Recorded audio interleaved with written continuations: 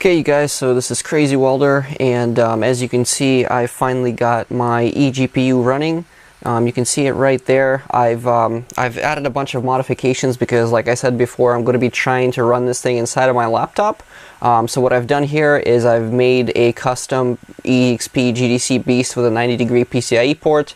I used a Syntec PCIe extender, which I kind of wrapped, a copper heatsink, and then also a tiny little fan. And so you can see right here that I actually have it running, and I have it running on my external monitor as well as the laptop.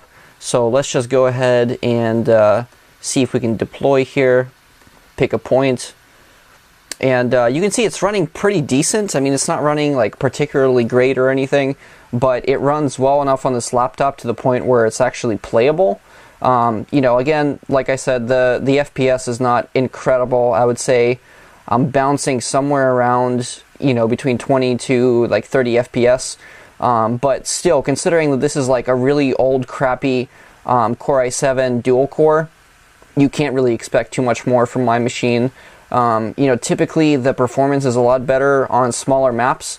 With this map, it's a full conquest map, so it's kind of a, you know, it's kind of a big one. You know, definitely takes a lot more performance from a machine, and my machine does not really cope with this too well.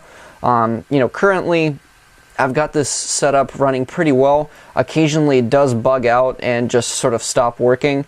You know, with that said, basically the next kind of thing that I'm going to be doing is actually setting it up in such a way that I have my interface become hot pluggable, which should in theory actually make the whole thing work a lot better. But as it stands right now, you know, it is able to run BF4, and again, you know, very tiny little adapter here with the copper heatsink, and I actually need to add a couple more memory chip cooling little heat sinks on here because right now it's just covered by electrical tape. The cooling solution is not really ideal. It actually needs to be a little bit smaller, so I'm looking at a company that does other fans that are a lot, you know, more compact to actually be able to fit this inside of my laptop. But again, you know, proof of concept that this is actually working, and you know, it's working decently well. You know, again, like I said, it's not the greatest, so like you can see, it does bug out from time to time, but I am working it out so that it is becoming a lot more stable over time, and hopefully in the next video that I show you guys, I'll actually have this full setup up and running, you know, problem-free, and I'll tell you exactly how, you know, I did certain things on the components on here. So until next time, it's Crazy Welder.